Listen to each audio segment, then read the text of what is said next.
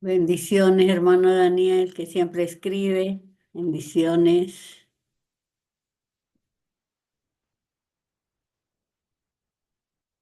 Lo vamos a ver unos minutos, unos 2 minutos. Y si no, vamos a comenzar, porque no vamos a estar mucho rato esperando aquí.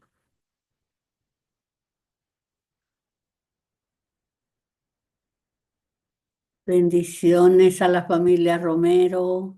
Espero que estén todos bien. Bendiciones, amada hermana. ¿Cómo está? Bendiciones. Bien, gracias a Dios. Un Me placer alegro. estar aquí. Y estamos esperando, yo creo que van a ser unos Sí. 3 minutos, pero si no, ya vamos a comenzar más que todo con la oración para, para hacer lo más de este tiempo. Son 2 capítulos nada más, pero a veces 2 capítulos se tardan un poquito, ¿verdad?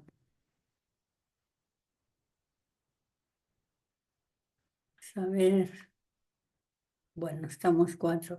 Hermana Claudia, sería mucho pedir si nos puede dirigir en oración, por favor. Amén, hermana. Gracias. Señor, Señor, te damos gracias por tu bendición, por este día nuevo que nos has dado para que nosotros estemos aquí atentos a tu palabra. Gracias por poner en el corazón de la hermana Eva, estarnos enseñando tu palabra y bendecimos tu nombre. Declaramos nuestros corazones en tierra fértil para que podamos entender y aceptar lo que tu palabra dice y comprenderla para que podamos hacer la carne en nuestra vida, Señor. Gracias porque sabemos que tu voluntad es buena, es agradable y perfecta y tú has hecho este día para que podamos bendecirnos a través, nos puedas bendecir a través de tu palabra. Así es. Exaltamos y bendecimos la vida de todos los hermanos que no se han conectado todavía. Ponles en su corazón el querer como el hacer para buscar la buena voluntad tuya que es a través de la palabra de Dios y el estudio de ella. Te exaltamos, te bendecimos y declaramos un tiempo de bendición para cada uno de nosotros, Señor. Gracias te damos porque tú eres bueno y gracias por darnos esa bendita palabra que nos llena día a día, Señor, que nos hace crecer en tu misericordia, Padre, y que nos enseña tu amor a través de ella. Gracias te damos, Jesús, y te dejamos a la hermana Eva en este tiempo que yo sé que va a ser. Amén. Amén. Gracias, hermana Claudia. Y aquí yo miraba esa palabra, pero digo, no voy a continuar con el bosquejo tal y como lo tiene la Biblia de vida plena, que es de la que estoy tomando, y dice pleito de Dios y su misericordia final. Estos son los últimos 2 capítulos de Miqueas. Generalmente son los que está alguno que es los que más se citan en las prédicas y en diferentes mensajes. Entonces, en esa parte nos vamos a estar un poquito para que analicemos después de todo lo que el profeta ha dicho, que ya ha dicho en detalle, ya ha explicado en detalle cuál es el problema, cuáles son los pecados, cuáles son las injusticias que se están cometiendo ahí en la nación. Y aquí es como un juicio al final. Primero es la causa de Dios contra su pueblo, que está exponiendo qué es lo que Él está diciendo, qué es lo que va a hacer después la culpa de Israel y el juicio de Dios. Hay un orden. Y seguido de esto algo que es como bien consistente con los profetas, es el lamento del profeta. Generalmente los profetas ven con los ojos de Dios, logran ver lo que Dios está viendo y que el pueblo que está ciego no puede entender del pecado en el que están ellos. Entonces se lamenta El profeta, hay un lamento del profeta donde le ora a Dios. Y vamos a ver el final de esa oración, que es un ejemplo para todos nosotros, y después vuelve otra vez la esperanza de que Israel se va a levantar y una bendición final de Dios para su pueblo. Dios no va sin bendecirnos. Entonces vamos a comenzar con la primera parte de esto. Vamos a ver acá. La primera, la causa de Dios contra su pueblo, que esta parte es bien interesante. Tiene muchas cosas que generalmente son, como ya les dije, que se utilizan. Es como ponen pleito, como una demanda, como un litigio por el pacto. O sea, no solo es que va a pelear, así como lo entendemos nosotros, que están en pleito, no, es como está dando una demanda debido al pacto. Recordemos que este es el Antiguo Testamento y el pueblo de Israel debía de cumplir con el pacto que Dios había hecho con ellos. Y aquí dice, no solo es un juicio, sino llamar a la reflexión y ver qué ha ocurrido con la relación entre Dios e Israel. Es casi como un resumen que Dios está haciendo aquí. Es un resumen el profeta, perdón, el Dios por medio del profeta está haciendo en esta parte, del 6 del 1 al 5 tenemos varias cosas que el Señor está diciendo.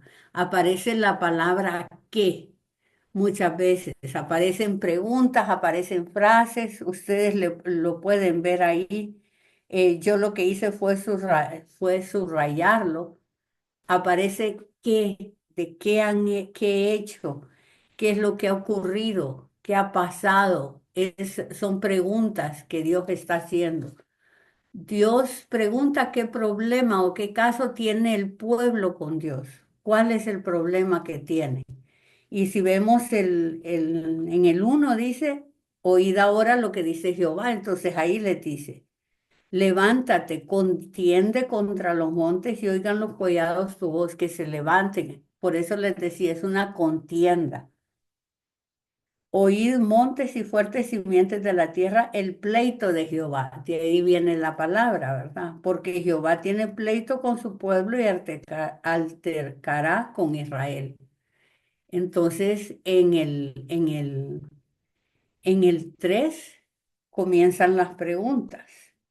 Cuando dice, pueblo mío, ¿qué te he hecho? ¿En qué te he molestado? Yo decía que qué preguntas las que está haciendo el Señor cuando Él es perfecto, cuando su voluntad es buena y perfecta, pero está preguntándole al pueblo para que ellos reflexionen. Nosotros tenemos que reflexionar en su palabra, no solo leerla. Tenemos que reflexionar en nuestras actuaciones, no solo recordar lo que dice la palabra sin aplicarlo. Entonces, él está preguntándole, ¿qué te he hecho? ¿En qué te he molestado? Responde contra mí. Le está diciendo al pueblo que le responda, respóndeme. Y algo que él hace, empieza a hacer recordar al pueblo de todo lo que él ha hecho a su favor. Es un argumento. Yo no he hecho nada malo contra ustedes. Yo lo que he hecho ha sido sacarlos de la esclavitud. Yo lo que he hecho es darle libertad. Yo lo que he hecho es hacerlos un pueblo grande. Y en esta parte nos pone a nosotros así como nosotros estamos como de testigos cuando estamos leyendo esto. Dios pide que se exponga el caso, que se hable de lo que está pasando, que haya un diálogo, así como lo tuvo Abraham. ¿Recuerdan a Abraham cuando estuvo hablando con el Señor? En Génesis, sobre la destrucción, si habían tantos justos. y podía arguir con Dios. Moisés en el Éxodo también, que habló con el Señor. Y en esta parte podemos entender que Dios habla y no desestima las quejas. Yo sé que a veces decimos no debemos quejarnos, pero aún en los salmos vemos que algunos, debido quizá a nuestra naturaleza humana, algunos hablan de quejas, de que cómo se siente. Entonces Dios está preguntando al pueblo para que reflexionemos y entonces Él da la respuesta. En la siguiente parte del 4:5, aquí ya continúa. Primero le está diciendo en qué te he molestado y ahora le va a hacer como un recuento de los grandes cosas que Dios ha hecho. Algunas, porque no es innumerable todo lo que Dios ha hecho. En el 4:5 pone recordar los hechos de Dios para reafirmarnos y estar agradecidos. Yo cuando miraba lo que el Señor hacía en esta parte a través del profeta, yo decía, nosotros tenemos que recordar, tenemos a veces, yo recuerdo que una hermana decía, no, hay que escribir lo que Dios hace para que no se nos olvide y recordarlos. Y cuando caigamos quizá en desesperanza, cuando tengamos algún problema, leer lo que Dios ha hecho, recordar lo que Dios ha hecho y ver qué grande es el Señor. Entonces aquí pues, el Señor habla de actos de salvación que Él hizo, comenzando del éxodo de la esclavitud en Egipto. Y les dice en el 4 porque yo te hice subir de la tierra de Egipto y de la casa de servidumbre te redimí. Yo recordaba lo que decía el hermano Saúl el otro día, que hay que recordar qué significa la redención, cómo el Señor libera de la esclavitud. Le está recordando al pueblo, porque le dice, ¿qué tienes en contra mía si yo lo que he hecho es darte la libertad? Dios fue quien les dio la libertad en Egipto. Eso lo tenemos en Éxodo, recordamos.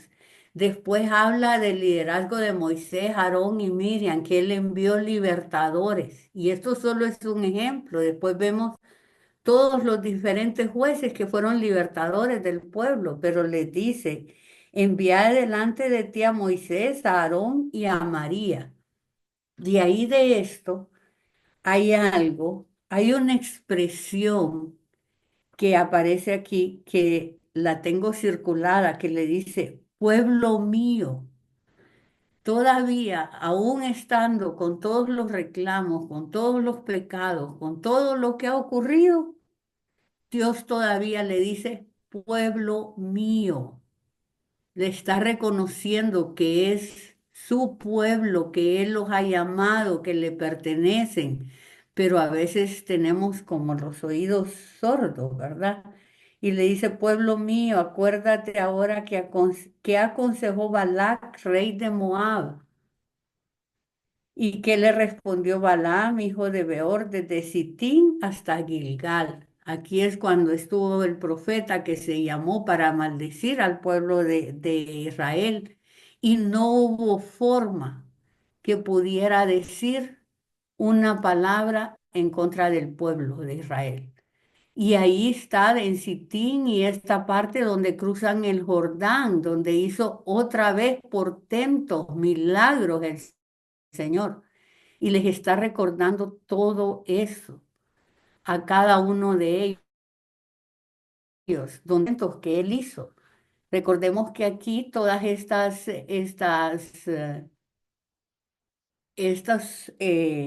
referencias están en la Biblia, las podemos buscar y ahí podemos ver los portentos que Dios les está recordando. Que Él les está recordando que Él les dio libertad, que Él les envió líderes que pudieran encaminarlos, que Él les evitó que les dieran maldición, que hablaran maldición contra ellos, que Él abrió el Jordán, que Él los salvó y que les dio tierra nueva. Todo esto les está diciendo. Ahora, eso les está diciendo al pueblo al que llama pueblo mío. Y yo reflexionaba, Señor, tantas cosas que ha hecho en mi vida. Cuando a veces caemos en pecado, recordemos todo lo que Dios ha hecho por nosotros. Que el Espíritu Santo nos recuerde, dice que Él nos va a recordar, que nos recuerde cuando hemos estado en tiempos, que estuvimos en tiempo de pecado y el Señor vino a libertarnos. Hoy en la mañana me tocaba a mí la parte de compartir, también recordábamos el sacrificio de Jesucristo en, en esos actos salvíficos en la vida de cada uno de nosotros. Tenemos que poner primeramente lo que hizo Jesucristo para nuestra salvación. Ahí ya no es la liberación de Egipto, sino la liberación del pecado, el restablecer la relación con Dios, cosas de las que debemos estar agradecidos y por las cuales debemos entonces nosotros estar continuamente recordando para que en nuestro corazón siga manteniéndose ese amor por Jesús y recordando el gran amor que Dios tiene por nosotros. Yo decía, eso solo significa que Dios nos ama, que Dios es el que nos ama verdaderamente para, aún con todo el pecado, habla de los falsos profetas, de las injusticias, to- todo lo que es injusticia va en contra del pacto que Dios había hecho con Israel, porque en el pacto Dios quería justicia para su pueblo. Él tenía inclusive tiempos en que se devolvían las tierras a los que las habían perdido. Él tenía leyes de manera que no hubiera injusticia. Todo lo que ellos hacían era en contra del pacto que tenían con Dios. Sin embargo, Dios les dice, ¿qué tienen contra mí? Si realmente yo solamente he hecho lo que dice aquí al final, Dios ha traído vida, que Jesucristo lo hizo así con nosotros, nos ha traído salud, bienestar a las personas, a la comunidad, en este caso a toda la nación de Israel. Entonces, recordar estos hechos que Dios ha hecho, recordar que Dios es todopoderoso, recordar que Dios es el verdadero Dios, el único y que Él es el único que puede hacer todas estas maravillas. Ahora, ¿para qué? Al final lo que dice del versículo 5 dice, eh, desde Sitín hasta Gilgal, para que conozcáis las justicias de Jehová.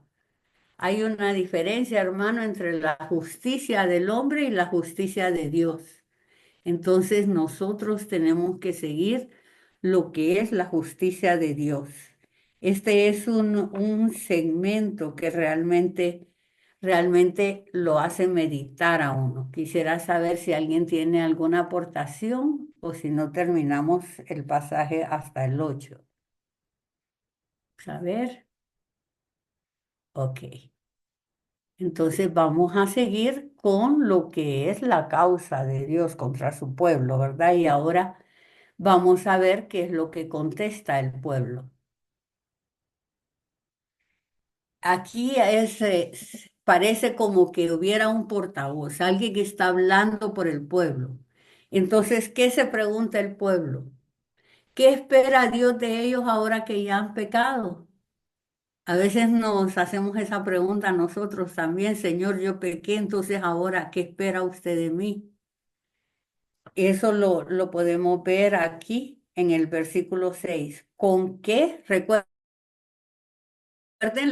qué les decía Dios y ahora ellos con qué me presentaré ante Jehová y adoraré al Altísimo. O sea, ¿qué tengo que hacer ahora? ¿Cómo puedo presentarme? Ahora la otra pregunta, ¿me presentaré ante Él con holocaustos, con becerros de un año? ¿Se agradará Jehová de millares de carneros o de 10,000 arroyos de aceite? Hasta aquí están preguntando qué prácticas de cultos es lo que tengo que hacer.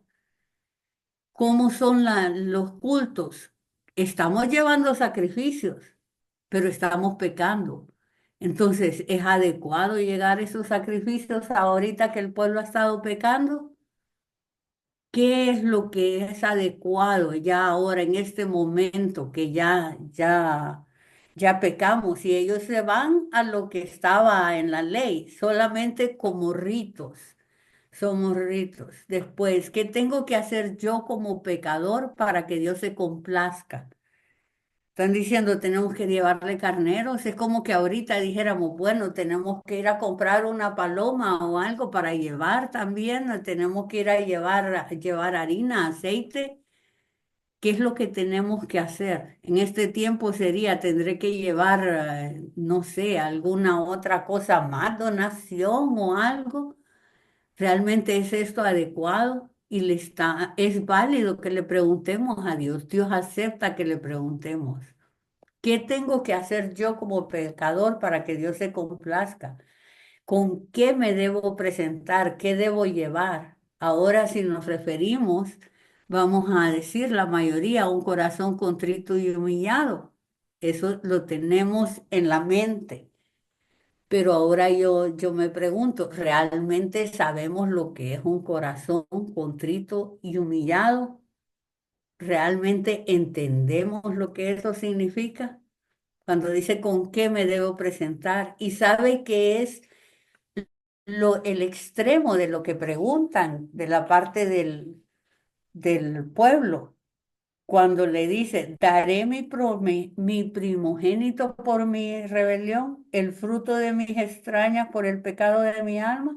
O sea, ellos estaban tan confundidos que inclusive estaban pensando en los sacrificios que se hacían en los países vecinos, los sacrificios que tenían que ver con los sacrificios a los ídolos en que iban y entregaban a sus hijos.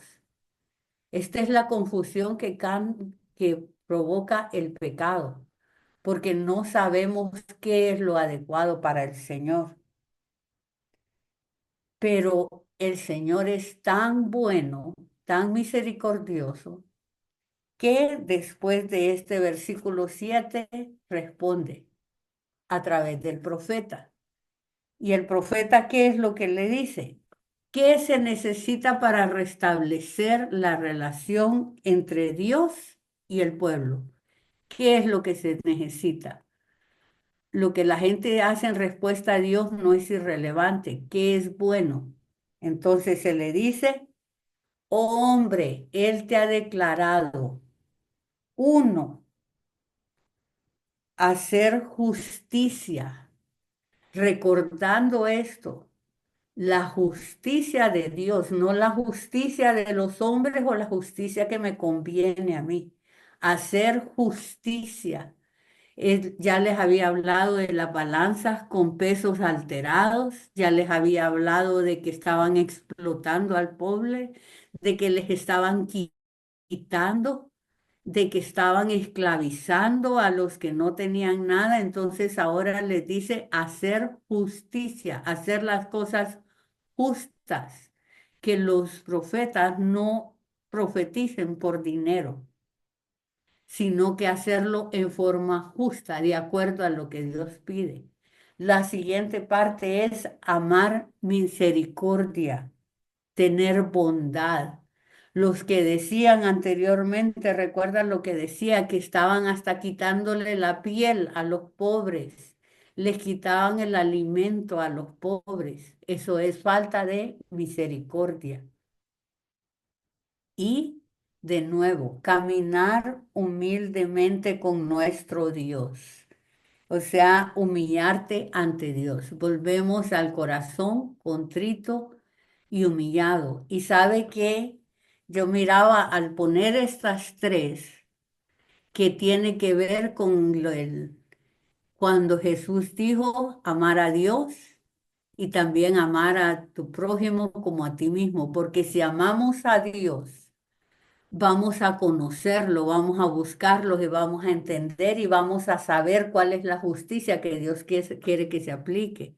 Si amamos a Dios, vamos a poder tener la suficiente misericordia y amar al prójimo de manera que podamos cumplir con lo que Él nos pide y caminar humildemente con nuestro Dios.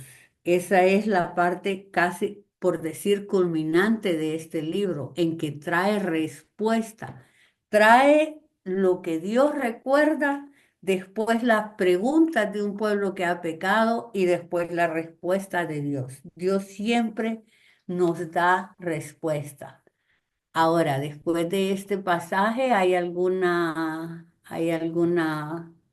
observación, algún comentario? Que esto es una parte muy especial del libro, así que si alguien quiere participar, solo que abra el micrófono para alguna observación de esto o alguna aplicación a cómo estamos.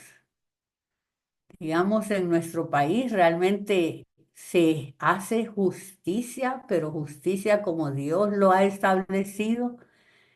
Hay misericordia. Estamos humillados ante nuestro Dios. Realmente las iglesias están orando, proclamando la palabra de Dios y siguiendo y pidiendo humildemente por nuestro país. Todas esas reflexiones se pueden hacer a partir de esto y recordando que Dios responde. Dios no, si usted busca, Dios no lo va a dejar a oscuras. Si usted le dice, ¿cómo reparo mi relación con usted, Señor? El Señor se lo dice. Solo es acercarse a Él humildemente y entender que nosotros no lo sabemos, que es Dios quien nos va a guiar. ¿Alguien tiene algún comentario hasta aquí? Que esta es como la parte central del mensaje. Ok. Bueno, si no es así, vamos a seguir a la última parte del capítulo 6. En la siguiente parte habla de la culpa de Israel. La culpa de Israel, recuerde, vuelve de nuevo el Señor a hablarle. Y me llama la atención que aquí dice, la voz de Jehová clama. El Señor le está diciendo lo que deben hacer y aparte de eso, clama a la ciudad. No solamente les habla o les regaña, sino que clama a la ciudad. En el versículo 9 dice, la voz de Jehová clama a la ciudad, es sabio temer a su nombre, a tu nombre. Es de sabios temer a Jehová. Eso lo tenemos en Proverbios también. Y les dice, prestad atención al castigo y a quién lo establece. ¿Hay aún en casa del impío tesoros de impiedad y medida escasa que es detestable? Ahí les está hablando de la injusticia. Es medida escasa. Daré por inocente al que tiene balanza falsa y bolsas de pesas engañosas, los que cometen fraude, los que roban a los más necesitados, los comerciantes que comercian de manera que no es correcta. Vuelve de nuevo a decirle cuál es su culpa. Les dice, sus ricos se colmaron de rapiña y sus moradores hablaron mentira y su lengua es engañosa. Vuelve de nuevo a lo que es la mentira, la falsedad, no solo de los profetas, sino de los sacerdotes, de los que presentaban las ofrendas, de todo tienen lengua que es engañosa. La palabra engañosa habla de mentira, de fraude, de todo lo que tiene que ver con injusticia al pueblo. Aquí no es una sola persona, es toda la nación. Y después de esto les decía lo que viene es el juicio. Y el juicio no es nada grave.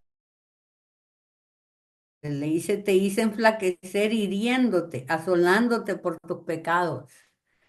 O sea, comerás y no te saciarás, te abatimiento estará en medio de ti, recogerás, mas no salvarás. Cuando dice el que hace cosas indebidas, por mucho que acumule, por mucho dinero que tenga, no va a estar tranquilo, va a estar cansado. Y eso va a ser como en saco roto, como decían las abuelitas. Y eso no va a rendir porque está hecho de, sacado de algo injusto, algo mal habido. Dice, recogerás, mas no salvarás, y lo que salvares lo entregaré yo a la espada. Ahí está lo que tiene que ver con los que los iban a invadir a Siria, que venía sobre ellos. Sembrarás, mas no segarás, pisarás aceitunas, mas no te ungirás con el aceite y mosto, mas no beberás el vino, porque los mandamientos de Onri se han guardado y toda obra de la casa de Acab. Y ahí sigue hablando de todo lo que le va a ocurrir y todo definitivamente es algo terrible. Está hablando de los asirios que devastaban, que mataban, que quemaban. Todo eso por no escuchar lo que la palabra del Señor decía a través del profeta. Dice, para en los consejos de ellos anduviste para que yo te pusiese en asolamiento y tus moradores para burla. Llevaréis, por tanto, el oprobio del pueblo. Está, le vuelve a repetir todo lo que están haciendo mal, sus pecados, en forma casi resumida, y después que por ese pecado le viene el juicio. Le va a llegar el juicio a la nación de Israel.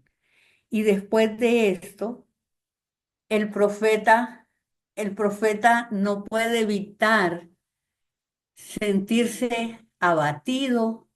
No sé, yo pensaba quizás con una carga terrible al entender, porque el profeta es que entiende lo que está pasando, entiende el pecado y el resultado del pecado, porque él dice para que dijera, ay de mí, o sea, está dolorido, está sobrecargado.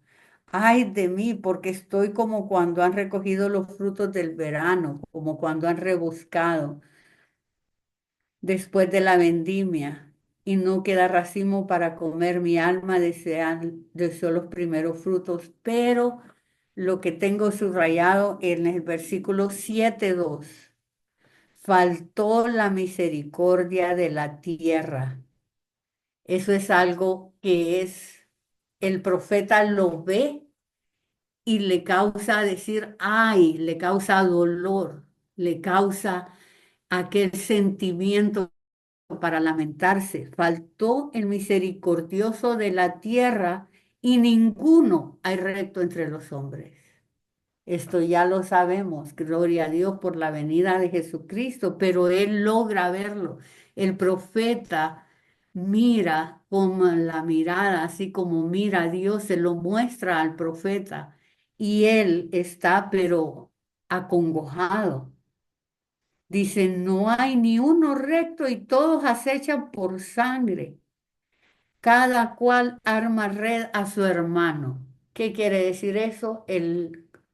Lo que Jesús ordena de amar al prójimo no existe aquí. Están echando red, están haciendo trampa para que caiga el prójimo, para que el que está cerca le hacen trampa. Todo es contrario a la voluntad de Dios. Todo es pecado. Dice el príncipe demanda, el juez juzga por recompensa. Los jueces se vendían si les daban, no sé, cualquier semejanza actual, que dicen que se le da algo y el expediente se sube o se baja de acuerdo a la cantidad, cosas que ocurren. El grande habla al antojo de su alma y lo confirman, sin importar que sea verdad o no. El mejor de ellos es como el espino, el más recto como el zarzal. Y lo que es peor, él mira también, el día de tu castigo viene, el que anunciaron tus atalayas, ahora será tu confusión. Es toda una oración, hermanos, ustedes la pueden leer ahí lentamente. Todo lo que el profeta está viendo, todo lo que Dios le ha mostrado increíble que hasta dice, no creáis en amigo, ni confiéis en el príncipe, o sea, no crea ni siquiera en su vecino, porque todos están tratando de poner zancadilla, de ponerle una trampa. No confía en los príncipes, no confía en las autoridades, no confía en los que están en gobierno. De lo que duerme a tu de la que duerme a tu lado no abras la boca, tu boca, porque el hijo deshonra al padre, la hija se levanta contra la madre, la nuera contra su suegra y los enemigos del hombre son los de su casa. Díganme si nosotros no estamos viendo eso ahorita en nuestro país. El otro día yo miraba una de las noticias que el hijo había matado a su padre. Cosas que se están dando actualmente, la injusticia y el pecado en nuestro país. Nuestro país necesita mucha oración, necesita muchas personas que proclamen el Evangelio, necesita que la iglesia esté saliendo para proclamar el Evangelio y buscar las almas porque se necesita que hayan profetas hablando, porque esto está ocurriendo ahora. Estos hijos que deshonran a los padres se ven en esos lugares, en los lugares que yo visito, ahí se mira todo esto. Ahora, en el 7 hay algo que es como una muestra de lo que debemos hacer. Es cierto, vemos todo esto, vemos todo lo que está mal, vemos que, digamos, en este momento, por ser nosotros, vemos nuestro país está tan mal, pero ¿qué hay que hacer en ese momento? Aquí el profeta nos da la respuesta. Dice, mas yo a Jehová miraré. No importa todo lo que está pasando, todo eso vamos a ver al Señor, alzaremos nuestros ojos al Señor. Esperaré al Dios de mi salvación. Es una oración que está haciendo el profeta. El Dios mío me oirá. Hay una certeza. Podemos ver todo lo que está bien, está mal, pero no podemos caer en la desesperación, no podemos caer en la desesperanza, sino que tenemos que alzar nuestros ojos, esperar la salvación que viene de Dios y estar seguros que Dios nos va a oír. Aquí en estos capítulos hay lecciones de hasta de cómo orar, cómo tener esperanza en medio de las cosas, aunque se miren tan mal, lo que dicen que para Honduras, que no hay futuro, pero sí vamos a alzar nuestros ojos a Dios y sabemos que Dios nos va a oír como iglesia, nos va a sostener y nos va a sacar adelante. Él sabe cómo lo va a hacer y Él sabe cómo nos va a ayudar a ganar más almas para Él. Aquí estamos casi a la mitad del capítulo 7. No sé si siempre trato de dar un tiempo que tenga alguna oportunidad para decir algo, para comentar algo, porque eso hace más valioso. Porque si no, parece que es solo una clase de eh, mostrando, pero sí me gustaría escuchar alguno en relación a esto, y sobre todo porque ya lo vamos a terminar. También, bueno, vamos a ver, ups, no, vámonos para acá de nuevo. Bueno, si no hay algún comentario ahorita, entonces vamos a ir a la parte después de la esperanza del profeta, vemos que viene la esperanza para la nación. Entonces, hermanos, sí hay esperanza, siempre hay esperanza. Aquí dice que la Reina Valera dice, Jehová trae luz y libertad. En la otra parte dice, Israel se levantará otra vez. Y dice, tú, enemiga mía, no te alegres de mí. Eso es Israel hablando. Porque aunque caí, me levantaré. Aquí yo recordaba cuando estuvimos hablando de que nos levantaremos y construiremos. Sí, va a llegar un tiempo de levantarse y de construir. Y cronológicamente le llegó a Israel ese tiempo. Aunque mora en tinieblas, Jehová será mi luz. Siempre Él va a estar para alumbrar nuestro camino. La ira de Jehová soportaré porque pequé contra Él. Aquí ya el pueblo está, ya sabe que ha pecado. Entonces sabe que viene la ira del Señor. Pero después dice, hasta que juzgue mi causa y haga mi justicia. Recuerden que atrás estábamos hablando de una demanda, de un juicio. Entonces aquí dice, cuando juzgue mi causa y haga mi justicia, entonces Él me sacará a luz y veré su justicia. Después de todo esto, no va a sacar la nación a luz. Y sí lo hizo en ese tiempo. Pero estas promesas van más allá y podemos proclamar que el Señor es la luz de Honduras, el Señor es la luz, su justicia reinará en este lugar. Su justicia puede ser. Mi enemiga lo verá y la cubrirá de vergüenza, la que me decía, ¿dónde está Jehová tu Dios? Si alguien alguna vez lo ha dicho, el Señor no se quedará callado. Y dice algo aquí que es una frase llena de esperanza, que yo decía, realmente esto es esperanza y ver más allá es fe. Cuando dice, mis ojos la verán, ahora será hollada como lodo de las calles. Mis ojos van a ver la justicia de Jehová para los que estuvieron en contra de su pueblo. Dice, mis ojos la verán, verán eso. Y la restauración de la que habla aparece en el versículo 11. Viene el día en que se edificarán tus muros. Aquel día se extenderán los límites. Ese es la reedificación de Israel. Ese día vendrán hasta ti desde Asiria y las ciudades fortificadas, y desde las ciudades fortificadas habla de toda la extensión de Israel, y será asolada la tierra a causa de sus moradores por el fruto de sus obras. O sea, van a encontrar que Israel va a estar desolado, pero van a construir, van a edificar. ¿Y por qué va a ocurrir esto? Porque si lo vemos en el 14, la Biblia ahí lo tiene como por la compasión de Jehová para Israel, porque nuestro Dios es compasivo y es misericordioso.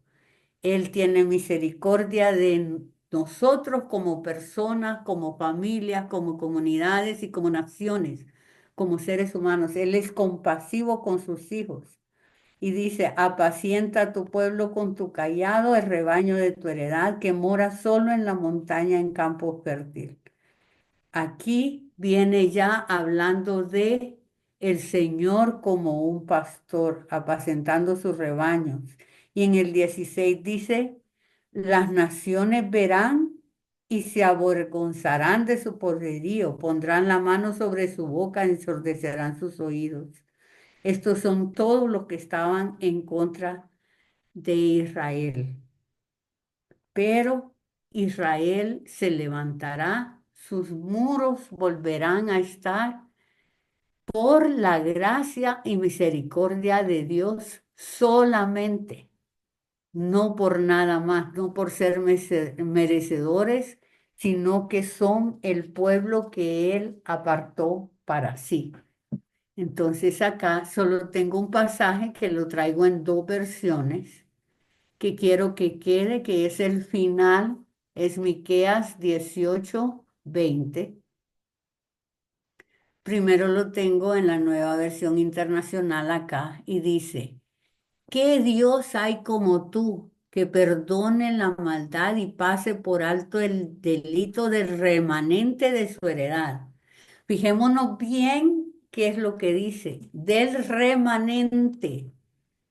No es que todos los pecadores, todos los que hicieron injusticia van a quedar. Va a ser un remanente. El Señor en todos los libros de profetas, por lo menos que hemos leído hasta ahora, habla de un remanente. ¿Qué Dios hay como tú que perdone la maldad y pase por alto el delito de remanente de su heredad? No estarás airado para siempre porque tu mayor placer es amar. Dígame si eso no le da seguridad, eso no le hace sentir así como casi como poder respirar, porque el mayor placer de Dios es amarnos. Ese es su mayor placer. El 19. Vuelve a compadecerte de nosotros. Pon tu pie sobre nuestras maldades y arroja al fondo del mar todos nuestros pecados. Ahí pedimos perdón, pedimos al Señor que nos libere del pecado en esa parte, pidiéndole nos libere del pecado. Y después muestra tu fidelidad a Jacob y tu lealtad a Abraham, como desde tiempos antiguos se lo juraste a nuestros antepasados. Esto es en la NBI. Hay otra versión que yo muchas veces leo, que es la nueva, déjenme ver al verla, la nueva Biblia latinoamericana. Y aquí usa otras palabras que también que tienen que ver con lo que hemos usado. ¿Qué Dios hay como tú que perdona la iniquidad y pasa por alto la rebeldía del remanente de su heredad? O sea, perdona la iniquidad y pasa por alto la rebeldía, el pecado, lo malo que se ha hecho. No persistirá en su ira para siempre, porque se complace en la misericordia. Nuestro Dios es misericordioso. Aquí habla de misericordia, allá hablaba de que se complace en amar. Y después volverá a compadecerse de nosotros. Su compasión, su misericordia es infinita. Eliminará nuestras iniquidades. Él las va a quitar. Nosotros no la podemos quitar, hermanos. Es Él, su Santo Espíritu, obrando en nosotros. Sí, arrojarás a las profundidades del mar todos nuestros pecados. La liberación solamente viene de Dios, de nuestro, por medio de nuestro Señor Jesucristo. Otorgarás a Jacob la verdad y a Abraham la misericordia, las cuales juraste a nuestros padres desde los días de antaño. Y con esto, hermanos, yo termino lo que es el libro de Miqueas. Quisiera saber si alguien tiene algún comentario de este libro que le pareció. Fue diferente, todos los libros son diferentes, todos traen cosas que nos hablan. Este es para toda una nación, específico de los pecados, específico, hablando exactamente de cuáles son los pecados y qué es lo que hay que hacer. Vamos a poner acá, es que quería que nos quede a nosotros qué es lo que tenemos que hacer: justicia, amar su misericordia. Por eso decía, Él tiene misericordia, por eso ponía esa traducción, y caminar en humildad hacia nuestro Dios, amar a Dios y al prójimo como a sí mismo. ¿Algún comentario, hermanos? Porque hoy, si no, hoy terminaríamos un poco temprano. Para los que van a clase les quedaría bien. Buenas ¿Alguna? noches, hermanos. Dios les bendiga. Ada, Muchas bendiciones para todos. Bueno, es mi esposo el que quiere hacer un comentario, mi hermano. adelante, pastor, edifíquenos un poquito más, por favor. Dios les bendiga, hermano. Amén. Miren, la palabra de Miqueas es una palabra de mucha bendición, Amén. porque denota que frente al rey Acaz. En ese momento que Miqueas está profetizando, está viendo lo que Acaz está haciendo, que Ujú. Acaz está quitando el culto a Jehová y Sí, está construyendo altares altos en los montes. Acaz está haciendo pasar los niños por las imágenes con fuego, sí. trayendo maldición sobre Israel. Y Miqueas no se queda callado. Ujú. Miqueas, con el derecho que tiene como un hombre de Dios que no tiene compromisos con nada. Recordemos que Miqueas era campesino Sí. y que está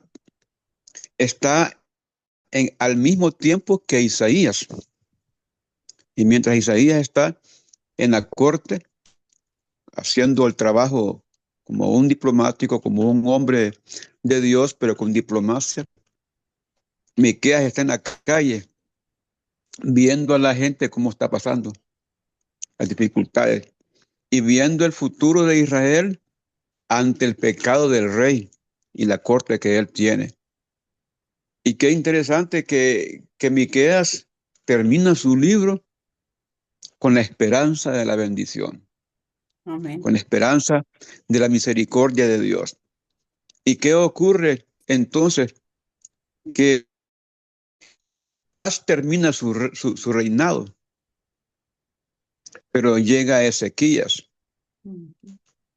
y Ezequías como que recoge la palabra de Miqueas y hace un cambio radical de la liturgia, de la ceremonia, y comienza a hacer cambios inclusive hasta dentro del templo mismo.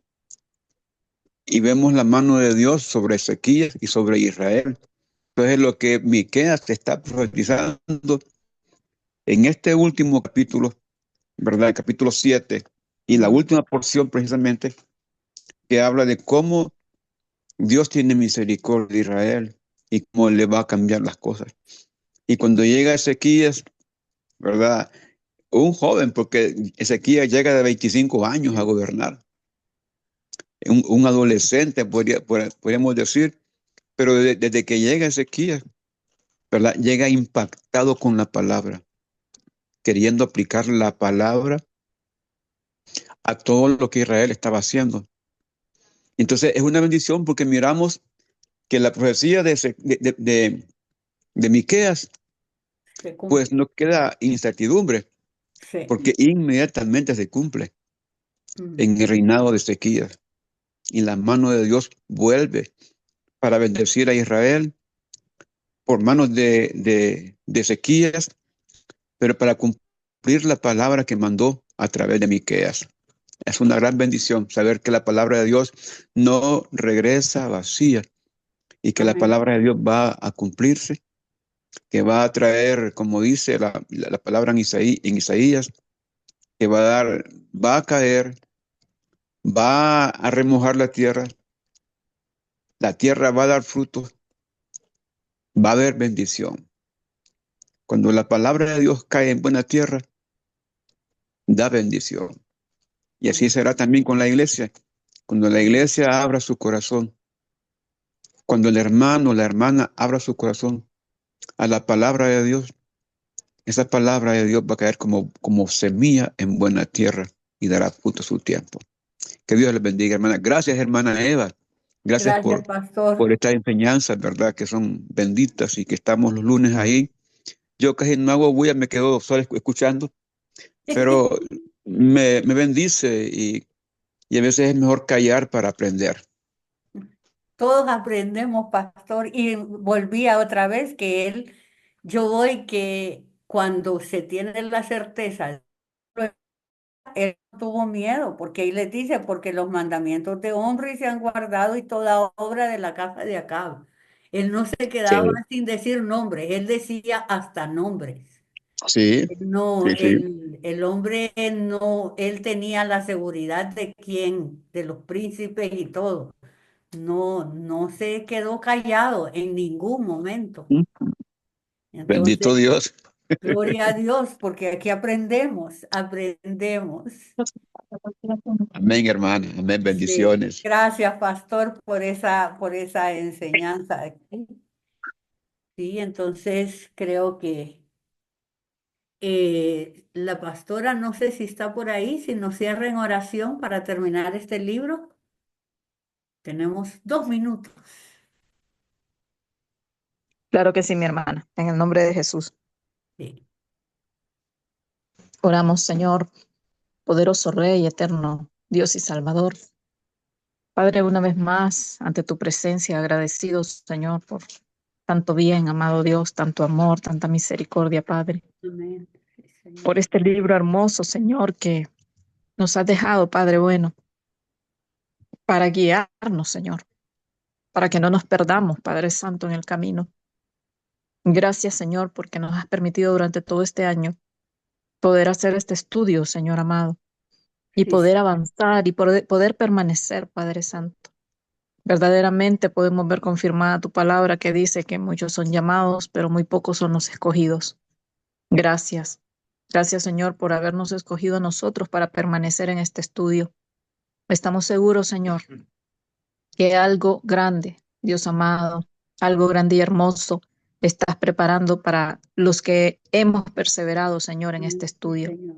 Gracias por tomarnos por dignos de formar parte, Señor, de tu nuevo proyecto, amado Señor. Gracias. Dios Todopoderoso, bendice a cada hermano, Señor, bendice a mi hermana Eva, Padre bendito, y danos a todos, Señor, ese deseo y ese anhelo por seguir conociendo tu palabra, Padre bendito. Gracias, amado Señor, en el nombre de Cristo Jesús. Amén y amén. Muchas bendiciones para todos, familia. Bendiciones, hermanos. Y sí, salimos a tiempo para la siguiente clase. Comiencen a leer el siguiente libro. Comiencen a leer el siguiente libro para el próximo lunes. Nahum. Bendiciones, Bendiciones. hermana Eva. Hasta Amén, buenas luego. noches. Bendiciones, amén. Buenas noches. Buenas noches, bendiciones. Bendiciones, amén. Amén. Bendiciones a todos.